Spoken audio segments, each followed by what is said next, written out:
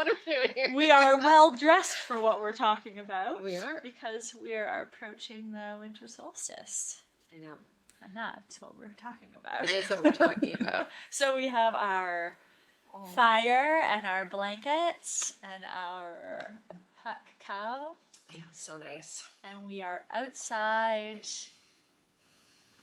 We consider this outside or inside. We're in the liminal space. Yes, we are. Both with the solstice and where we are right now recording. Because this geodesic dome is, yes, it's a shelter, but it's still, you're very much in contact with the feeling of being outside. It's basically a tent. So it is like liminal.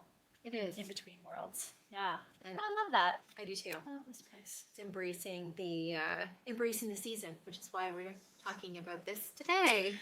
Yeah. Yeah, I love it. And we're surrounded by lots of snow. It's beautiful. And we're about a week and a day maybe away from Yule. And we'll probably post this today or tomorrow. So we'll be leading up to Yule, which is the winter solstice. Yeah, and give some, so we wanted to have this conversation now and talk about how we prepare and embrace and the importance of honoring this turn of the wheel, and then also give you some ideas for how you can honor it as well. Yeah. Both this, spiritually, internally, externally. Yeah, so if you aren't familiar with Yule, it is the winter solstice, when the sun moves into, the word for that is ingress, into Capricorn, sign of Capricorn, and when the sun is in the furthest point of the southern hemisphere. And our experience in the northern hemisphere is that we have the shortest day and the longest night of the year before things start to shift again. Yeah. So even though we're having this darkest time, we're really celebrating the rebirth and the return of the waxing light. So the sun starts to return again, which I love. Me too. Summer solstice, we had that little bit of midsummer sadness. Yeah. At the beginning of summer, we feel this now the days get shorter, even while everything is in full glory. It's so interesting. It's got brighter. Yeah, it's interesting. It makes me think of my bees, because this is my favorite thing to, communicate. It's in the summer solstice, the queen knows that the light is starting to go away, and she begins to make her colony smaller and prepare for winter. And then now around the solstice, she will start to feel, because they're solar creatures, she'll start to feel the sun returning and prepare for summer. I love that, even though we really kind of just feel like winter's getting started here. We've had snow for a couple weeks and we've got months of it left. Yes. But, right? So it feels like we're at the beginning, but still the light will return. And then at that next 6 week cross-quarter day around Imbolc, we'll really notice the light returning, even though we're still in that dead winter. There's that. But we're not talking about that today. We're going to talk about just honoring this darkest night and the rebirth of the sun. And one of the things I kind of giggle about, in a loving way, may I say, is people talking about the reason for the season. And it's this is a little piece of history that I find fascinating. This is always the stuff I love, that originally they actually figure that the historical figure known as Jesus or Yeshua was actually born in July based on the stars that were in this described. But the forces that were moving through Europe to Christianize the pagans used the metaphor of him as bringing the light, being the light bringer. They used that and aligned it with the winter solstice to make their weird religion seem more understandable to the pagans at the time. So you hear Jesus is the reason for the season. It's actually the solstice is the reason for the season, and it became aligned with that wonderful person who brought much beauty and consciousness and codes to the earth, for sure. But there is still this piece that's actually we are following the path of the sun, and that's what's giving us our sense of the turning.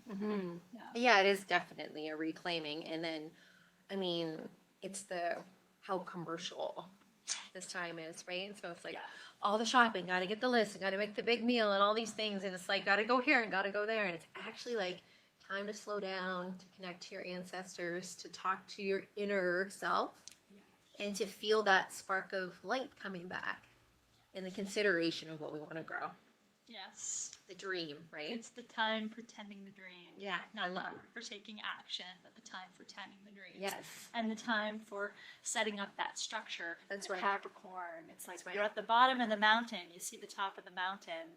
You're making sure you have everything you need to get to the top of the mountain, but it might not be the time to start climbing quite yet. That's right. Which I like. Yeah, what do you want to dedicate to, you know, what needs strengthening, be it your spiritual backbone or your financial backbone or the structure of your family or your relationships. This is that beautiful time to consider that. And if anything feels wobbly, we have all this time to sit with ourselves and decide, you know, what needs to be reconfigured in like a beautiful way through your heart. And I love that. I love that too. And then bringing things in to make yourself happy. Yeah. Right? So it's like the lights, the trees, the smells, like the simmer pots and like the incenses and all of those beautiful things that your home becomes such a place of joy. And even if, you know, depending on where you live, like maybe it's a private space or you have a small space that you live, it's like just making something beautiful for yourself inside so you can cozy up with your blanket and like a book and look around and just feel so held in the womb, right? Yeah. Mm-hmm.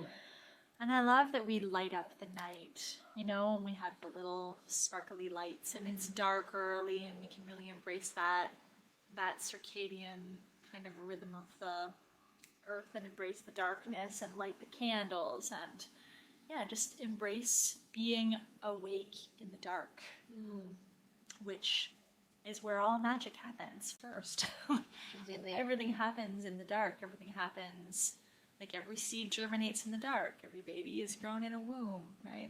All the dreams happen at night. Like, this is a sacred time, so. And trusting spirits, like, no matter how dark it gets, the light always returns. And it's understanding that cycle. Yeah. Like, it can feel so cold, so dark, like a little bit isolated, and yet, you know, we can trust that that light will always return to us, and knowing that it's there. And I mean, then you can correlate some of the symbolism, even with, you know, Jesus or some of the things with the Christmas story, which is a beautiful story. The symbolisms ring true throughout. Absolutely. Bringing the codes of light to the earth, awakening things, and growing in love and consciousness. I mean, that's all beautiful stuff. Then the sun does symbolize that. It is the light of consciousness. It is the divine masculine energy that brings that life-giving heat and warmth and information to the earth so that the earth can give forth in her fertility. So it's such a beautiful dance. So definitely honoring the solstice is welcoming back the strength of that solar masculine energy. Yeah. So how do you like to celebrate Yule? This is how we'll... Yeah, that's good. I'm still in the time of having a young kid, so we do lots of crafts at this time of year. We always make God's eyes and we dried oranges and hung them in the tree, and then we'll offer them out at solstice. We'll bring them out and offer them to the trees outside for the squirrels and the birds. And one of my favorite practices is a light practice. So it's called Triptycha. You just need a candle and a completely dark room, and then just on that solstice night to say, okay, I'm welcoming back the light, and to light the candle in that darkest time, and then just to gaze at it.